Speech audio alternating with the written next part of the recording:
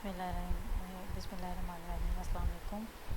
आज का जो हमारा सॉफ्टवेयर टेस्टिंग का जो है वो 6 लेक्चर है। ये सॉफ्टवेयर टेस्टिंग जो है ये हमने सीरीज़ ऑफ लेक्चर्स के अंदर कवर किया। तो इससे लास्ट लेक्चर के अंदर हमने देखा था कि हमारे पास जो है वो डीबगिंग प्रोसेस क्या होता है कि ये टेस्टिंग के रिज़ल्ट के एंड पे जो है वो हम जो है कोड को डीबग करते हैं ताकि हम बग्स को आइडेंटिफाई करके उनको फिक्स कर सकें।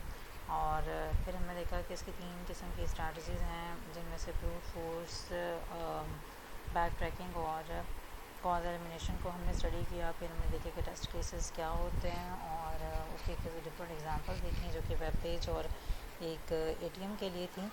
तो आज के लेक्चर के अंदर जो है वो बेसिकली हम ये देखेंगे कि हमने इनको बेहतर तरीके से कैसे लिखते हैं। कुछ टेस्ट केसेस की हम एग्जांपल देखेंगे। तो इसमें ये है कि हमारे पास एक तो रिक्वायरमेंट आईडी जो है जिस टेस्ट केस को हम कवर कर रहे हैं उसको मेंशन करना चाहिए। फिर उसकी टेस्ट कंडीशन, एक्सपेक्टेड रिजल्ट्स जो हैं टेस्ट केस के अंदर मेंशन करना चाहिए। फिर इनिशियल सेटअप, कोई हार्डवेयर के अंदर कोई रिक्वायरमेंट, मतलब कोई हार्डवेयर, कोई कैमरास, कुछ कोई हार्डवेयर अटैच करना है तो वो कॉन्फ़िगरेशन सेटअप के अंदर या फिर उस इन्वायरमेंट के अंदर जो है वो एडअप करना चाहिए।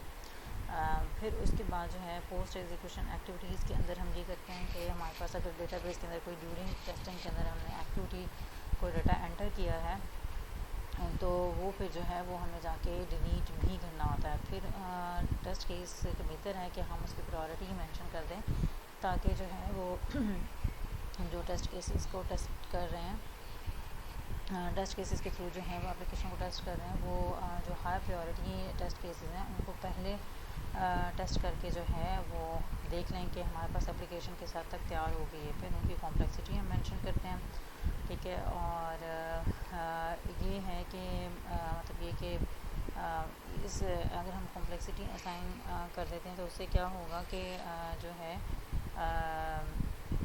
मतलब ये कि उनको टेस्ट केसेस को टेस्टर्स को असाइन करने में आसानी होगी बिफोर टेस्ट एग्जीक्यूशन।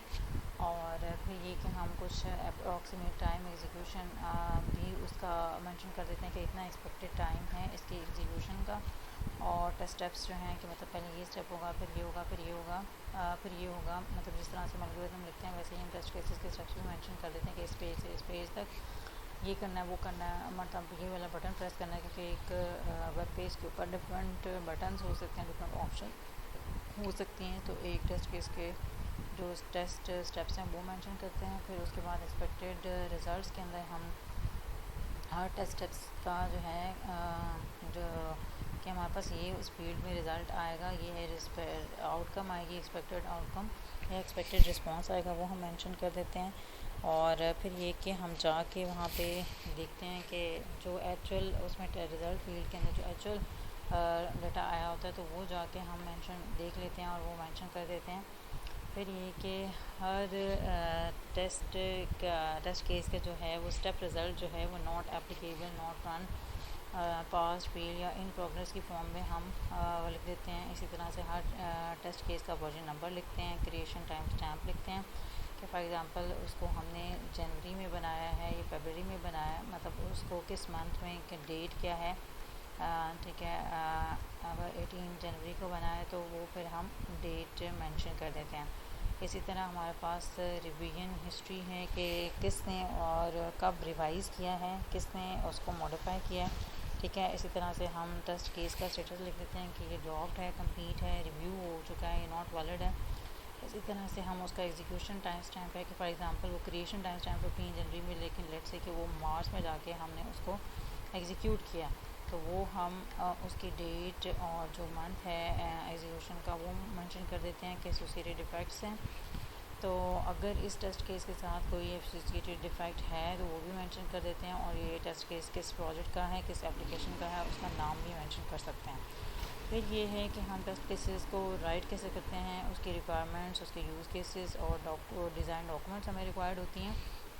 तो ये तो जैसे हमने पहले भी कहा था कि जो हम उसकी जो है बिज़नेस रिक्वायरमेंट्स को अंडरस्टैंड करते हैं ताकि हम उसके बिज़नेस पर्सपेक्टिव से एक बिग पिक्चर देख लें, जो कि हमने आर्किटेक्चरल डिज़ाइन को डिज़ाइन करते वक्त भी देखा था कि हमें उसकी बिग पिक्चर चाहिए होती है कि बिज़नेस पर्सपेक्टिव के लिहाज से। फिर ये है कि हम ये देखते हैं कि बिज़नेस की रिक्वायरमेंट्स जो है वो फंक्शनल रिक्वायरमेंट्स के अंदर मैप कैसे की गई हैं, ये देखते हैं। फिर उसके बाद टेक्निकल स्पेसिफिकेशन, उसका graphical user interface design document है, उसको देखते हैं कि बिज़नेस रिक्वायरमेंट्स जो है वो एप्लीकेशन फंक्शनैलिटी के अंदर कैसे ट्रांसलेट की गई हैं। ठीक है, जब ये हमारे पास हो जाता है तो फिर हमारे पास उसके फ्यू गैप्स रह जाते हैं कि हमारे पास ये रिक्वायरमेंट्स में ये गैप हैं। फिर उसके बाद ये है कि हम ये देखते हैं कि हम जाके बिज़नेस एनालिस्ट और बिज़नेस यूज़र से उनसे जाके उनके क्वेश्चंस ले लेते हैं। ठीक है, फिर हम ये देखते हैं कि अब जो है हम टेस्ट केस सिनेरियो आइडेंटिफिकेशन के लिए हम रेडी हो गए हैं, और फिर हम अपने टेस्ट सिनेरियोज़ को आइडेंटिफाई करते हैं, टेस्ट कंडीशंस को, एक्सपेक्टेड रिजल्ट्स को, और जैसे ही ये कंप्लीट हो जाता है तो फिर हम टेस्ट कंडीशन एक्सपेक्टेड रिजल्ट्स जो हैं वो उनके साथ जो है वो हम टेस्ट केसेस को राइट करना स्टार्ट कर सकते हैं। डिज़ाइन डॉक्यूमेंट्स जो हैं वो हमारे पास क्या हो सकती हैं कि जिसके अंदर जो है टेक्निकल और जो यूआई डिज़ाइन डॉक्यूमेंट्स हैं वो हमारे पास होनी चाहिए। ठीक है, तो उसमें उसकी जो है फॉर एग्ज़ाम्पल उसमें फ़ील्ड लेंथ हो कि इस जो हमारी फ़ील्ड है, जैसे फॉर एग्ज़ाम्पल पासवर्ड है या उसकी क्या कहते हैं यूज़र आईडी नेम है, तो वहाँ पे उसकी फ़ील्ड लेंथ फॉर एग्ज़ाम्पल ये हो सकता है, या वैलिडेशन के हवाले से जैसे कोई मतलब कि ये ट्रू होना चाहिए, फॉल्स होना चाहिए, या डेटा स्ट्रक्चर जो हैं वो उस चीज़ के टेक्निकल स्पेसिफिकेशंस के जो है वो मतलब हमें मालूम हो। ठीक है, फिर ये है कि टेस्ट केस कंस्ट्रक्शन के अंदर से जो है और भी अगर कोई एडिशनल वैलिडेशंस आती हैं तो उनको भी इनकॉर्पोरेट करना पड़ता है। अच्छा, टेस्ट केस अब हमने ये तो देख लिया बेहतर कैसे लिखते हैं, क्या क्या डॉक्यूमेंट्स रिक्वायर्ड होते हैं। फिर उसके बाद क्या है कि हमने इनकी जब बिज़नेस एनालिस्ट से या बिज़नेस यूज़र से हमने टेस्ट केस रिव्यू करा ली हैं। ठीक है, कराने के बाद जो है हर एक टेस्ट केस की डिटेल हमारे पास आ जाती हैं, और इसको हम प्लेन इंग्लिश में लिखते हैं। प्लेन इंग्लिश में क्यों लिखते हैं? ताकि हमारे पास अगर प्रोजेक्ट में लेट से कोई एक नया पर्सन ऐड हुआ है, ठीक है, या कोई ट्रेनी है जिसको हमने टेस्ट केसेस पे लगा दिए, तो वो इतनी आसानी में लिखा हो कि वो जो है उसको इजीली इम्प्लीमेंट कर सके, कोई ऐसा हार्ड फास्ट उसको सर्च ना करना पड़े, उसको किसी से पूछना ना पड़े प्रोजेक्ट के बारे में।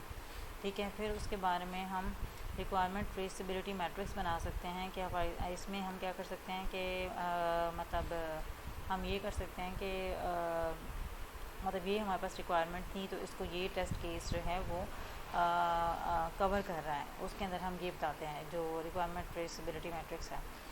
ठीक है, फिर उसके बाद हर टेस्ट के हवाले से जो टेस्ट डेटा है वो भी उस टेस्ट केस के अंदर प्रोवाइड करना चाहिए, उसका वर्जन कंट्रोल नंबर बताना चाहिए।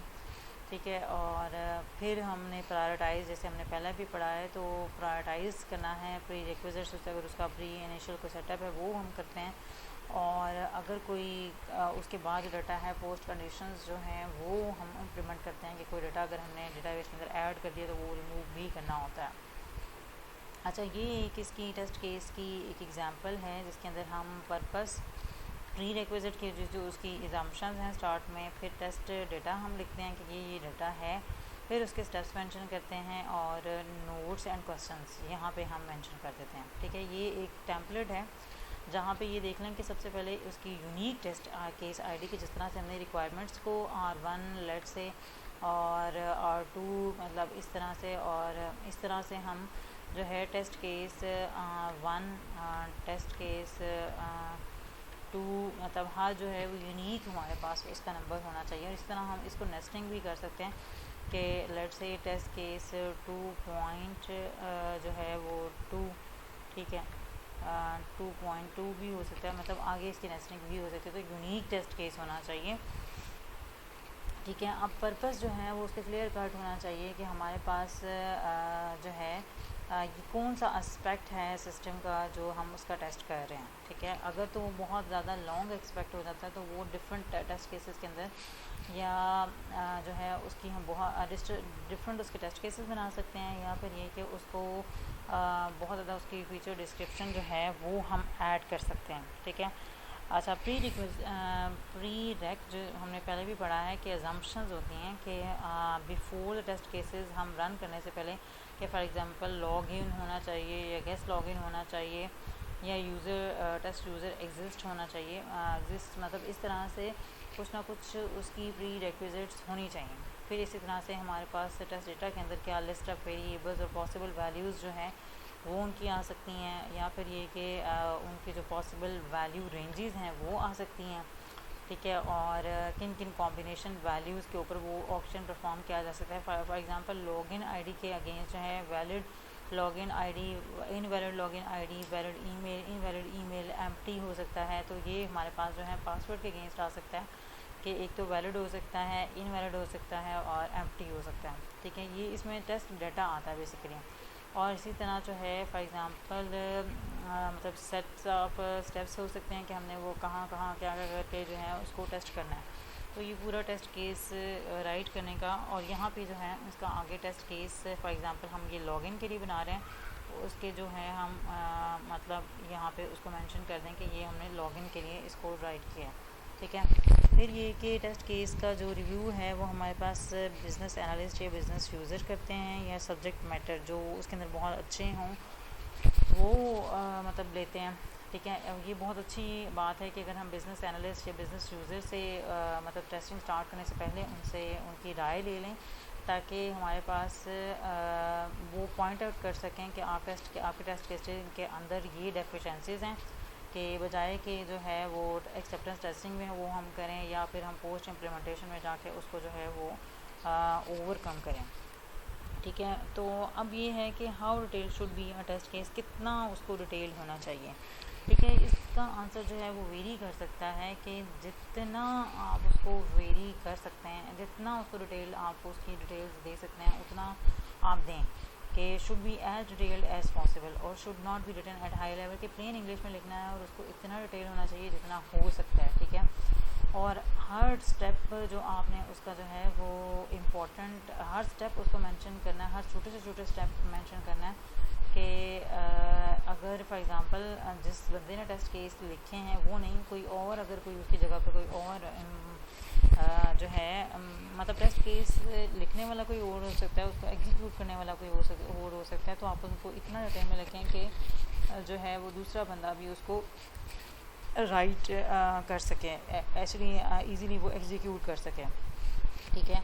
अगर तो वो डिटेल नहीं होंगे तो क्या होगा कि जो एग्जीक्यूट करेगा बंदा वो फर्स्ट टाइम के लिए करेगा, तो वो उसको सही तरीके से या थॉरोली जो है वो वैलिडेट करने के काबिल नहीं होगा, ठीक है। क्योंकि वो जो है वो रिक्वायरमेंट्स उसको नहीं पता होंगी, और वो सिर्फ जो है वो पर के स्टेप्स जो हैं वो सिर्फ उनको जो है वो वैलिडेट कर सकेगा, ठीक है। इसी तरह से हमारे पास ये दो एग्जांपल्स हैं, एक ये एग्जांपल है और अगली जो है वो उसके ये स्टेप्स लिखे हुए हैं पूरे, ठीक है। मतलब इसके ये हमारे पास लिखे हैं हाई लेवल में और ये हमने लिखे हुए हैं डिटेल में, कि आपने स्टेप नंबर 1 में फॉर एग्जांपल एक बहुत एक्सपीरियंस यूज़र है तो वो उसके लिए तो ये चल जाएंगे, पहला वाला जो ये वाली एग्जांपल है कि इतने स्टेप्स उसके लिए काफ़ी होंगे, log in to the test application with valid user ID और होम पेज इज़ डिस्प्लेड। तो स्टेप नंबर 2 क्या है कि क्लिक लॉग आउट और एक्सपेक्टेड रिज़ल्ट क्या होगा, log in page is displayed, ठीक है। जबकि इसके अंदर पूरी इन्फॉर्मेशन दी हुई है कि आपने उसका ये वाला URL यूज़ करना है, ठीक है। फिर नेक्स्ट उसमें आपने फील्ड उसके अंदर एंटर ऐसे करनी है, फिर उसके बाद सबमिट बटन करना है। तो स्टेप नंबर 1 के अगेंस्ट बहुत सारे सब स्टेप्स हैं, ठीक है। तो ये आप देख सकते हैं कि ये कितना डिटेल्ड है और ये कितना हाई लेवल लैंग्वेज के अंदर लिखा हुआ है, जिसके अंदर कोई इन्फॉर्मेशन नहीं दी हुई कि पासवर्ड कैसा होना चाहिए, आईडी कैसा होना चाहिए, क्या उसकी लेंथ होनी चाहिए, किस पे वैलिडिटी होनी चाहिए, ठीक है। इस तरह से कोई उसकी इन्फॉर्मेशन नहीं लिखी हुई, जबकि इसके अंदर हर चीज़ जो है वो उसके इन्फॉर्मेशन प्रोवाइडेड है। तो फिर नेक्स्ट एक बहुत इंपॉर्टेंट क्वेश्चन आता है कि हम टेस्ट केसेस को राइट ही क्यों करते हैं। तो इसके जो है वो हमारे पास test cases are suppose part of the deliverable to the customer, ठीक है ना, कि ये एक सपोज पार्ट है कि हम उसको दे तो रहे हैं प्रोडक्ट। तो test case goal credibility in this case typically UAT acceptance level, कि हमारे पास जो है वो यूज़र उसको एक्सेप्ट करेगा, ठीक है, और मतलब ये वो देखेगा, ठीक है। और फिर ये कि वैसे टेस्ट केसेस जो हैं वो टीम के लिए इंटरनल होते हैं, कि वो टिपिकली सिस्टम टेस्टिंग लेवल के अंदर वो उसको परफॉर्म करते हैं, ठीक है। तो उस जो है बेहतर तरीके से उसका जो है वो टेस्ट केस, क्योंकि हम सिस्टम टेस्टिंग करनी होती है, तो इसकी वजह से जो है इंटरनली वो टीम को हेल्प आउट करते हैं और एफिशिएंटली जो है वो टेस्टिंग रन करने के लिए उनको हेल्प आउट करते हैं। फिर ये जो कि आजकल जो है वो ट्रेडिशनल मॉडलिंग यूज़ नहीं होती है, जबकि एजाइल मॉडलिंग यूज़ होती है, जो कि हमने पढ़ा था कि एजाइल मॉडलिंग क्या होती है कि हम हर दूसरे दिन कोई ना कोई उसको वर्जन जो है वो प्रोवाइड कर रहे होते हैं कस्टमर को, ठीक है। तो वहाँ पे जो है वो हमारे पास गोल नंबर नहीं होता, जबकि हमारे पास वहाँ पर टेस्ट केसेस जो हैं used internally, but the goal is credibility not efficiency, ठीक है ना। Test cases are dramatically rework during test execution, कि हमारे पास वहाँ पे हम क्योंकि हम साथ साथ उसको डिलीवर भी कर रहे होते हैं, तो टेस्ट केसेस अगर लिखे होंगे तो वो हमारे पास मतलब उसकी क्रेडिबिलिटी को बेसिकली बढ़ाते हैं, ठीक है। तो मेन इसका यही आंसर है कि एक तो जो है वो मतलब ये कस्टमर को के हवाले से क्रेडिबिलिटी हमारी बढ़ती है, और फिर इंटरनली अगर हम टीम के हवाले से देखें तो हमारे पास उनकी सिस्टम लेवल टेस्टिंग के अंदर उनको हेल्प आउट किया जाता है। अच्छा, अब हम इसकी समरी की तरफ, आज के लेक्चर की तरफ आएँ तो हमने सबसे पहले एनालिसिस देखा था, फिर डिज़ाइन टेक्निक देखी थी। इम्प्लीमेंटेशन के पार्ट को जो है वो हमने मतलब इसको नहीं कवर किया, क्योंकि इसको ऊप में और बाकी सारी चीज़ों के अंदर जो है वो कवर किया जा सकता है। अब टेस्टिंग को हम देखते हैं तो इसमें हमारे पास हमने देखा कि टेस्टिंग प्रोसेस की जो फेजेस हैं वो हमारे पास 6 फेजेस थी कि टेस्ट प्रोसेस होता है कि हमने कोई ना कोई बग्स फाइंड आउट करने होते हैं। तो टेस्टिंग प्रोसेस फेज़ के अंदर जो है फॉर एग्ज़ाम्पल हम उसके प्रोजेक्ट की जो है वो रिक्वायरमेंट स्टडी करते हैं, फिर उसके बाद जो है उसको डिज़ाइन करते हैं, फिर उसको एग्जीक्यूट करते हैं, फिर टेस्टिंग का क्लोजर करते हैं, और फिर टेस्टिंग प्रोसेस का जो है वो होल एनालिसिस करते हैं, ठीक है। फिर उसके जो है टेस्टिंग लेवल्स हमने देखे थे कि 4 होते हैं हमारे पास। एक हमारे पास यूनिट टेस्टिंग होती है, एक इंटीग्रेशन टेस्टिंग होती है, एक सिस्टम टेस्टिंग होती है, और एक बल्कि 5 भी आप इसको कह सकते हैं कि एक हम अगर इंटीग्रेशन सिस्टम टेस्टिंग हम इंक्लूड करें तो ब्रॉडली हम उसको सिस्टम टेस्टिंग कहते हैं, और फिर लास्ट पे जो है वो इंटीग्रेशन एक्सेप्टेंस टेस्टिंग होता है। फिर उसके बाद हमने 3 मेथड्स हमने ब्रॉडली पढ़े थे, टेस्टिंग मेथड्स, ठीक है, या टाइप्स हम इसको कह सकते हैं। तो इसमें क्या है कि हमारे पास एक तो वाइट बॉक्स टेस्टिंग है, एक ब्लैक बॉक्स टेस्टिंग है, और थ्रेड या इंक्रीमेंटल टेस्टिंग है। ब्लैक बॉक्स टेस्टिंग के अंदर जो है वो हमने बहुत सारी इसकी टाइप्स पढ़ी थी, जिसके अंदर sanity, stress, mutation testing, alpha testing, beta testing, और performance testing, level load testing, ठीक है, इस तरह की चीज़ें थी। और फिर उसके बाद हमने फिर वाइट बॉक्स टेस्टिंग के अंदर हमने डिफरेंट तरीके देखे थे कि लूप को हम मतलब ज़ाहिरी सी बात है कि वाइट बॉक्स मेथड जो थे वो हमारे पास डेवलपर्स परफॉर्म कर सकते हैं, ठीक है। तो वाइट बॉक्स टेस्टिंग जो है वो उसके जो है वो हमने डिफरेंट तरीके देखे थे कि लूप्स की देखा था कि सिंपल लूप को जो है उसके अंदर कैसे एरर फाइंड आउट कर सकते हैं, नेस्टेड के या कंकैटिनेटेड के या अनस्ट्रक्चर्ड लूप्स के हम कैसे एरर्स फाइंड आउट कर सकते हैं। फिर इसके अंदर हमने देखा कि कंडीशंस हैं, स्टेटमेंट्स हैं, तो उनको कैसे मतलब कवर कर सकते हैं। डिसीजंस के अंदर हम स्टेटमेंट्स को कवरेज को कैसे कर सकते हैं, ठीक है। फिर उसके बाद हमने इनकी मैपिंग की थी, टेस्टिंग मेथड्स और टेस्टिंग लेवल्स की। फिर हमने एक गुड टेस्टिंग स्ट्रैटेजी हमारे पास क्या होना चाहिए।